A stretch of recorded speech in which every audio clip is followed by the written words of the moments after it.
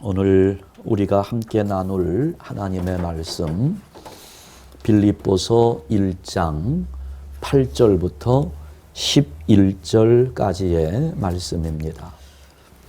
우리나라 속담을 이렇게 보면 아주 귀한 속담들이 참 많이 있는데요. 그 중에 하나, 말 한마디에 천냥빚을 갚는다 하는 속담이 있습니다.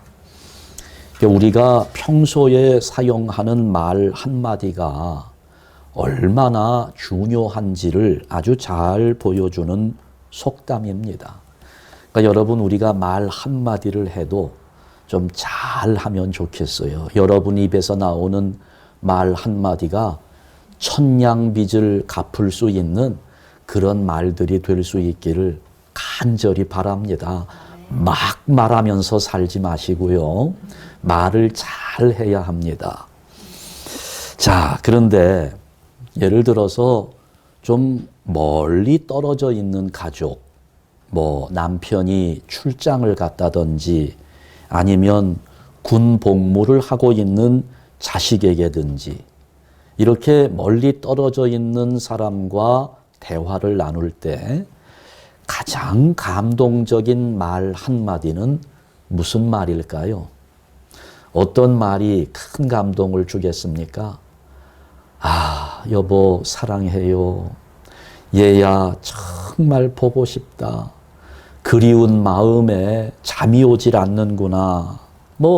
이런 한마디 말들 충분히 감동적이기는 합니다마는 예수를 믿고 있는 우리들에게 정말 귀한 말 한마디는 내가 당신을 위해서 기도하고 있습니다 라는 말일 겁니다.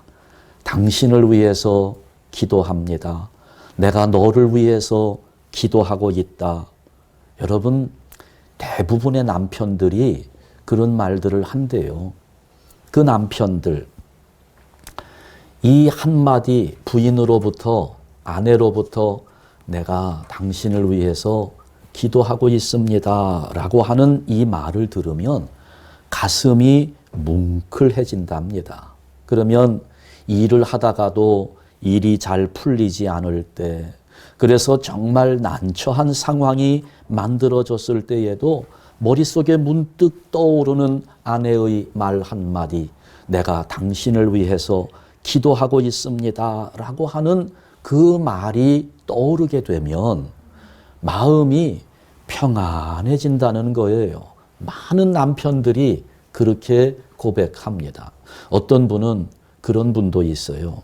출장을 갔는데 출장에서 일을 다 보고 마지막 날 동료들과 함께 룸사롱을 가게 되었답니다. 그 룸사롱 저는 잘 모릅니다만은 거기 가면 아마 좋지 않은 그런 행동들이 많이 나오게 될 환경인데 그 룸사롱에 가기로 동료들과 이렇게 의논을 해서 들어가는데 그 지하로 내려가는 계단으로 한 3걸음, 4걸음 내려가다가 딱 떠오른 거예요. 여보, 내가 당신을 위해서 기도하고 있습니다 하는 말이 딱 떠오르면서 더 이상 발걸음이 내려가지지를 않더라는 겁니다. 그래서 그분은 다시 돌아서서 나왔다고 고백을 하는데 그러면서 하는 말이, 그분은 그 말이 세상에서 제일 무서운 말이라는 거예요. 차마 들어갈 수가 없도록 만들어주는 말이라는 겁니다. 여러분, 사랑이 담긴 기도, 사랑이 담겨 있는 기도야말로 우리에게는 가장 큰 사랑의 고백이라는 사실을 잊지 마십시오. 이 세상에는요, 없어지면 더 좋을 것들이 많습니다. 범죄, 질병, 그렇잖아요. 아니, 이 코로나 바이러스가 도대체 언제까지 우리를 이렇게 불편하게 만들 것인지, 오미크론 바이러스가 또 급격하게 감염자 수가 줄어든다는 보도와 함께 요즘은 무슨 오미크론이요? 스텔스 오미크론이 더 강력한 전염성을 가지고 우리에게 다가오고 있다는 보도. 이거 하루빨리 사라져야 할 거 아닙니까? 없어지면 좋을 것들입니다. 가난, 걱정, 아픔, 슬픔, 싸움, 뭐 이런 것들 다 없어지면 좋을 것들입니다. 반면에 점점 많아지면 더 좋을 것들도 있습니다. 웃음도 많아져야 되겠고, 기쁨도 많아져야 되겠고, 행복도 커져야 되겠고, 좋은 친구들, 좋은 책들, 좋은 음악들. 여러분, 현실적으로 보면 우리 주머니에 돈도 좀 더 많아졌으면 좋을 것 같고요. 달력에도 뭐 빨간 날이 좀 더 많아졌으면 좋을 것 같고. 예.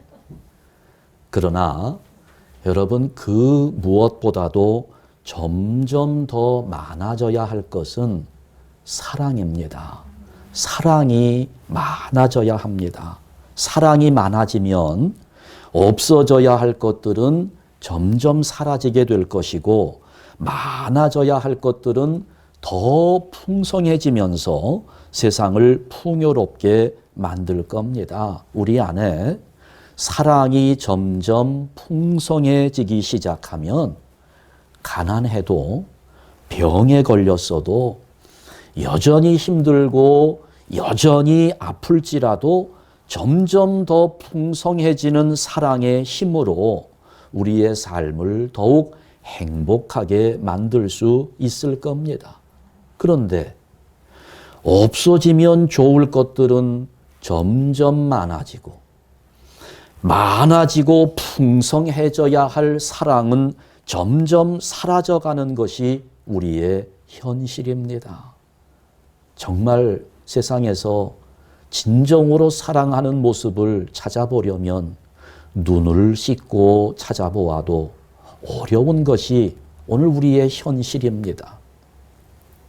오늘 본문 말씀을 보니까 사도 바울이 내가 기도하노라, 빌립보 교회의 성도들을 위해서 기도하는 기도의 제목들이 나와 있어요. 몇 가지의 기도 제목이 있는데 제일 먼저 바울이 교인들을 위해서 기도하고 있는 제목은 사랑을 점점 더 풍성하게 하시기를 기도하고 있습니다.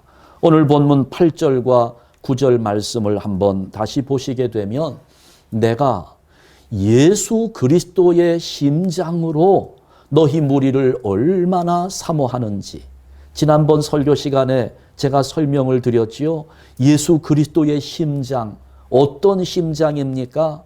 우리의 죄를 용서하시고 우리를 영생 구원의 자리로 보내기 위해서 피를 흘려주신 그 심장입니다.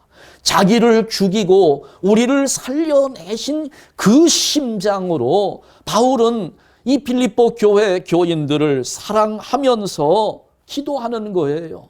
예수님께서 너희를 사랑한 것처럼 나도 너희들을 정말 사랑하는데 내가 이렇게 예수님의 그 사랑의 심장을 가지고 너희를 위하여 기도한다는 겁니다. 내가 기도하노라. 뭐라고 기도합니까? 너희 사랑을 지식과 모든 총명으로 어떻게 해요? 점점 더 풍성하게 하시기를, 그걸 기도한다는 겁니다. 여러분, 사람은 사랑하는 만큼 행동하게 되어 있습니다. 내가 너를 위해 기도해 할 때에도 사랑하는 만큼 기도할 수 있습니다. 또 사랑하는 만큼 희생할 수 있는 것입니다. 마태복음 26장을 보면 마리아라고 하는 여인이 가장 소중한 것을 가지고 예수님 앞에 나아갔습니다. 향유 한 옥합이었습니다. 그 옥합을 깨고 예수님의 머리에 향유를 부어드립니다. 그런데 병행 구절인 요한복음 12장 3절에 보면 그 마리아가 예수님의 발에다가 부어드렸다고 기록을 해요. 마태는 머리에 부어드렸다고 하고 요한은 발에 부어드렸다고 합니다. 왜 다를까요? 저는 그렇게 생각합니다. 아마 예수님의 머리에다가 향유를 부어드렸더니 그 향유가 예수님 발끝까지 흠뻑 젖도록 쏟아 부었던 것 같습니다. 그런 것을 마태는 머리에 부은 것을 보았고 요한은 발에 흐르는 향유를 보았던 것 같아요. 그러니까 여러분 그 향유가요, 값으로 따지자면 300데나리온의 가치가 있었다고 합니다. 300데나리온이면 일반 노동자가 1년 일해서 받는 돈입니다. 그러니까 오늘날의 가치로 환산을 해본다면 약 한 4만 불에서 5만 불 정도의 가치가 되지 않을까 생각이 돼요. 또 이 향유는 이 여인이 자기가 결혼할 때 예물로 쓰기 위해서 평생을 모았던 재산입니다. 그러니까 지금 이 마리아는 자기의 결혼 문제도 개의치 않을 정도로 가장 소중한 것을 드리면서 예수님을 사랑한 것입니다. 그만큼 예수님을 사랑한 거예요. 사람은 이렇게 사랑하는 만큼 헌신할 수 있는 겁니다. 저는 우리가 이렇게 되기를 한 마음이 되어 기도하기를 원하고 있습니다. 물론 각자가 사는 게 다르죠. 그러니까 기도의 제목이 다 달라요. 그렇지만 여럿이 함께 기도할 때에는 같은 뜻을 품고 기도하는 것이 대단히 중요합니다. 합심해서 한 마음으로 같은 목표를 가지고 기도하는 것이 중요해요. 여러분이 한번 생각해 보세요. 어떤 가정에 입시생이 있어요. 대학에 들어가야 합니다. 이제 좋은 대학에 들어가서 자기의 인생을 설계해야 될 텐데 그 입시생 본인은 공대에 진학하기를 원합니다. 엔지니어가 되기를 원하는 거예요. 그런데 그 어머니는 생각이 조금 다릅니다. 우리 아들이 목사가 되었으면 좋겠다 하는 원함을 가지고 있어요. 또 아버지는 또 달라요. 우리 아들이 의사가 되었으면 좋겠다고 생각을 합니다. 그래서 세 사람이 간절하게 기도하는 거예요. 본인은 공대에 갈 수 있도록 엔지니어가 되게 해달라고 기도하는데 어머니는 뭐라고 기도할까요?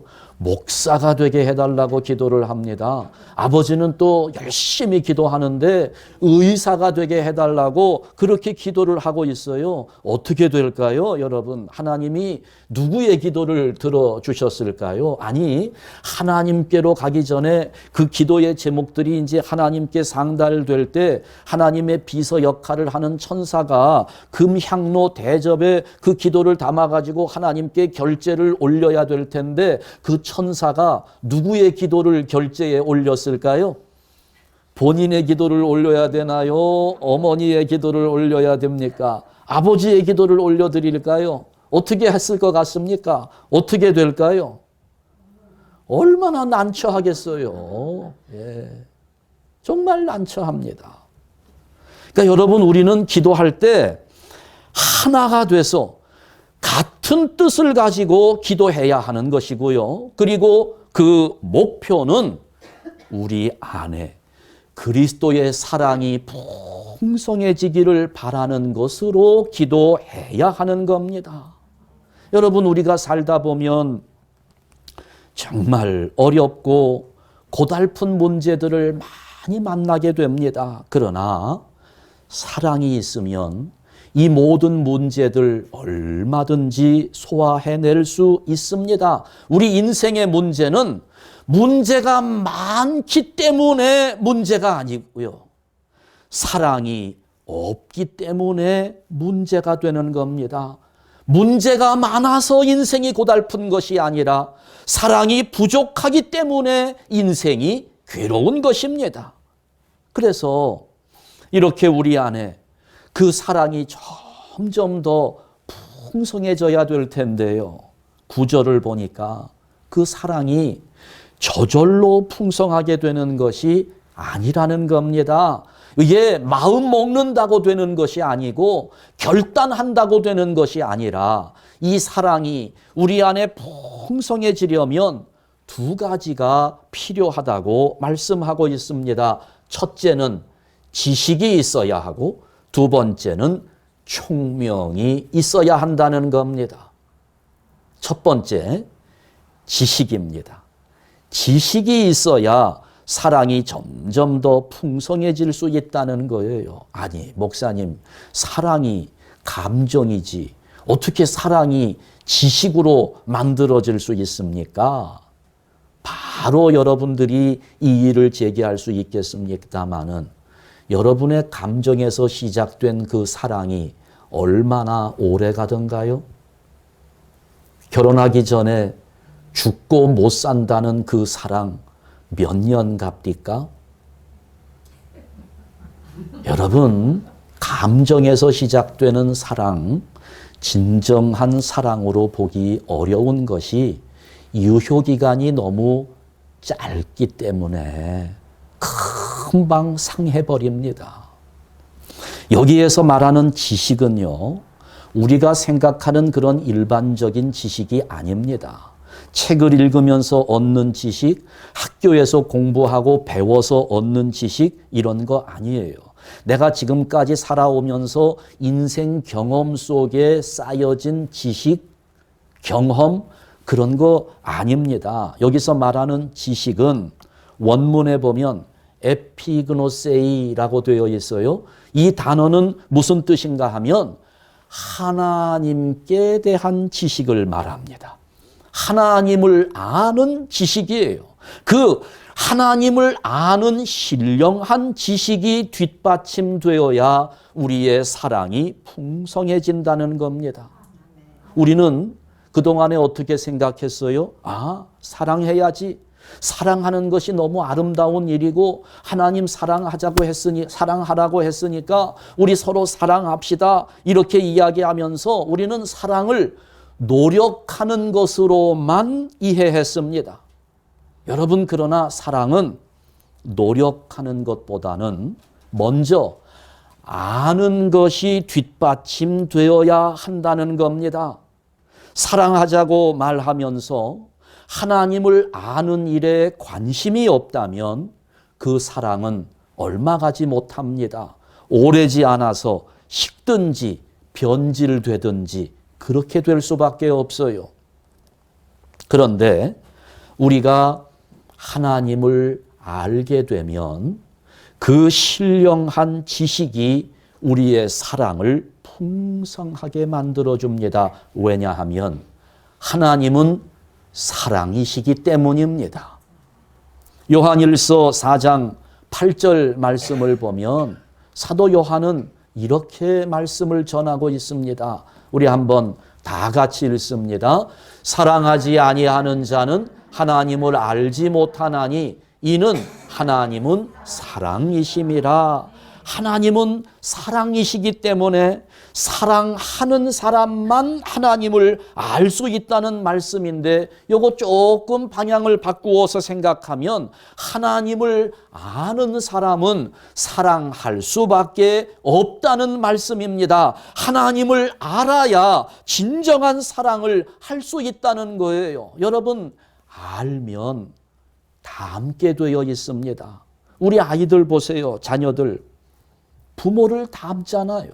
물론 DNA 때문에 닮기도 합니다마는 아이들이 부모를 닮아가는 것은 아이들이 어렸을 때부터 가장 많은 시간을 함께 하는 것이 부모님이잖아요.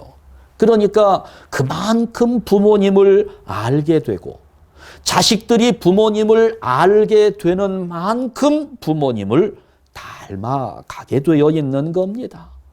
우리도 호감이 가는 사람을 보게 되면 어때요? 궁금증이 생기잖아요. 어떤 사람일까? 알기를 원합니다. 본능이에요. 그 사람이 어떤 사람인지 알고 싶어 하는 본능이 있고, 알게 되면 알게 될수록 모델이 되고 자기도 모르는 사이에 닮아가게 되어 있는 겁니다. 그런데 우리가 하나님을 닮아가는 비결이 어디에 있어요? 아는 거예요. 하나님을 얼마나 아는가 하는 것에 따라 그만큼 우리는 하나님을 닮게 되는 겁니다. 사람이 하나님을 닮게 되면 사랑하지 않을 수 없는 겁니다. 지금 그래서 바울이 하나님을 아는 신령한 지식이 사랑이 풍성해지도록 만들어준다는 진리를 말씀하고 있는 겁니다. 여러분, 사랑이 훈련으로 될까요? 사랑이 캠페인을 한다고 될까요? 우리 서로 사랑합시다, 사랑합니다, 뭐 이런 캠페인들 얼마나 많이 해요. 그동안 여러분 교회 안에서 사랑하자, 사랑해야 된다 하는 설교 여러분 얼마나 많이 들었습니까? 여러분, 이거는요 캠페인 한다고 되는 게 아니고 이게 훈련으로 되는 거 아닙니다. 설교를 많이 듣는다고 그래서 되는 게 아니에요. 하나님을 아는 지식이 있어야 내가 하나님을 닮게 되고 하나님을 닮은 나의 성품에서 자연스럽게 나오는 그것이 진정한 사랑인 겁니다. 하나님을 닮을 때에만, 예수님을 닮을 때에만 나올 수 있는 거예요. 내가 낳은 자식조차도 우리는 사랑하지 못할 때가 얼마나 많습니까? 안 되는 겁니다. 감정에서 나온다고요? 아니요. 하나님을 아는 지식이 있어야 돼요. 여러분, 그러니까 말씀을 자꾸 읽어야 합니다. 뭔가 배울 수 있는 자리가 있으면 부지런히 쫓아와서 그 말씀을 배우고 하나님을 알고, 그래서 그 아는 만큼 하나님을 닮아가면서 우리 안에 사랑을 점점 더 풍성하게 만들 수 있는 겁니다. 우리 한샘교회 성도들, 하나님을 아는 신령한 지식으로 사랑을 점점 더 풍성하게 만들어가는 성도들 되시기를 주님의 이름으로 축원합니다. 두 번째로, 총명이 있어야 풍성한 사랑이 될 수 있다는 것입니다. 총명, 뭘까요? 똑똑한 것일까요? 물론 그렇기도 합니다. 그러나 여기 원어에서 말하는 총명의 의미는 통찰력 또는 분별력을 말합니다. 특별히 분별력이 있어야 한다는 거예요. 사람이 사리 분별을 해가면서 사랑을 해야 문제가 생기지 않습니다. 무식한 사랑, 이 사람 잡아요. 여러분 그러잖아요. 요즘 한국도 그렇고 미국도 그렇고 데이트 폭력이라는 것이 얼마나 큰 사회적 문제가 됩니까? 사랑한다는 이유예요. 내가 너를 사랑하는데 네가 내 사랑을 안 받아주니 어떻게 합니까? 가서 죽여버립니다. 왜곡된 사랑이지요. 분별력이 없는 무식한 사랑입니다. 우리 하나님은 뭐라고 말씀하세요? 사람이 가진 것에 따라 행복해지는 거 아니다라고 하나님 말씀하잖아요. 사람의 행복이 소유에 있는 것이 아니다라고 하시는데, 자식을 사랑한다고 하면서 지각 없이 돈으로 사랑을 표현하는 부모들이 얼마나 많습니까? 그게 정말 자식을 위하는 길이 될까요? 요즘 한국 강남에서는 그런답니다. 초등학교 4학년, 5학년짜리 아이들에게 너 이번에 1등하면 압구정동에 있는 그 아파트 네 이름으로 해줄게. 이런다는 거예요. 여러분, 이런 식의 아무리 자식을 사랑한다 할지라도 이런 식의 분별 없는 사랑은 자식을 망치는 겁니다. 요즘 젊은이들 얼마나 지각 없는 사랑을 하고 있는지, 어떤 젊은이는 그랬어요. 자기가 정말 좋아하는 연예인 어느 나라에 갔다가 돌아오는데 공항에 오는 것을 마중 나가서 그 연예인에게 자기가 꽃다발을 전해주는데 그 연예인이 자기 꽃다발을 받아주지 않았다고 살고 있는 아파트 옥상에서 뛰어내려서 투신 자살을 했습니다. 이런 지각 없는 사랑, 분별력이 없는 이런 사랑은 진짜 사랑이라고 말할 수 없지요. 분별력이 있어야 합니다. 예전에 어떤 시골 할머니가 서울 친척집에 왔다가 비누를 하나 얻었답니다. 오래전 얘기인가 봐요. 하얗고 딱딱한 이 물건을 이 할머니가 도대체 어디에 쓰는 것인지를 알 수가 없었습니다. 그런데 냄새를 맡아보니까 아주 이게 향긋한 냄새가 나고 미국에서 온 거라고 하는 이야기를 들었어요. 그랬더니 이 할머니가 이 물건이 바로 내가 예전에 들었던 서양 사람들이 먹는 큰 캐러멜이구나 생각을 하고요. 그걸 잘 간직해서 자기 집에 왔습니다. 손자들이 쭉 있잖아요. 손자들이 얼마나 이뻐요. 이 손자들에게 미국에서 서양 사람들이 먹는 이 맛있는 캐러멜을 좀 주어야지 해서 아주 적당하게 잘 잘라가지고 손자들 입에 하나씩 넣어주었어요. 손자들 사랑하는 마음은 알겠지만 그 손자들이 어떻게 되었을까요? 모르면, 무식하면 문제를 만드는 거예요. 알 것은 알고 분별할 것을 분별하면서 사랑을 할 때 그 사랑이 진정한 사랑이 되는 겁니다. 해로운 것인 줄도 모르고 무작정 그냥 손자들 입에 넣어준다고 여러분 그게 사랑입니까?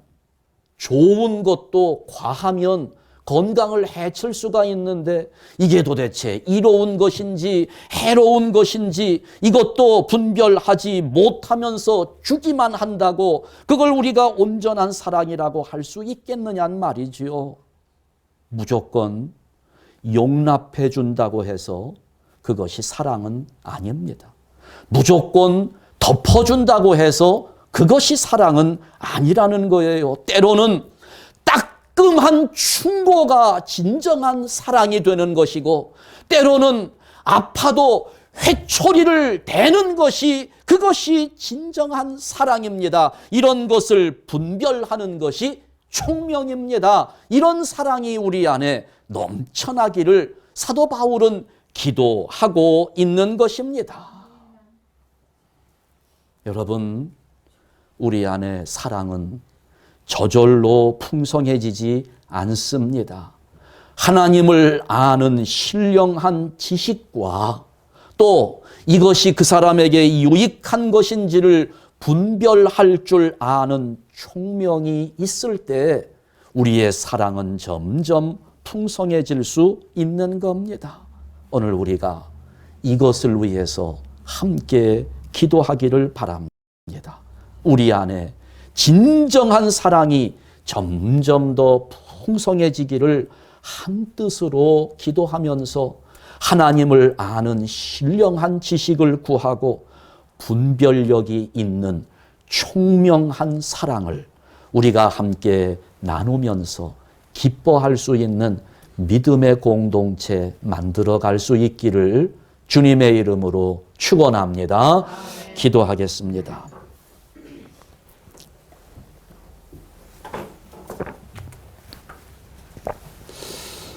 하나님 아버지 감사합니다. 우리가 사랑하면서 살아가야 하는 것은 너무나 잘 알고 있지만 이게 잘 되지를 않습니다. 아무리 마음에 다짐을 해도 사랑하고자 하는 마음을 가지려고 해도 미움의 감정은 여전히 사라지지 않고 나누고 싶은 마음이 있어도 움켜쥐고자 하는 본능은 여전히 남아 있습니다. 참 힘듭니다.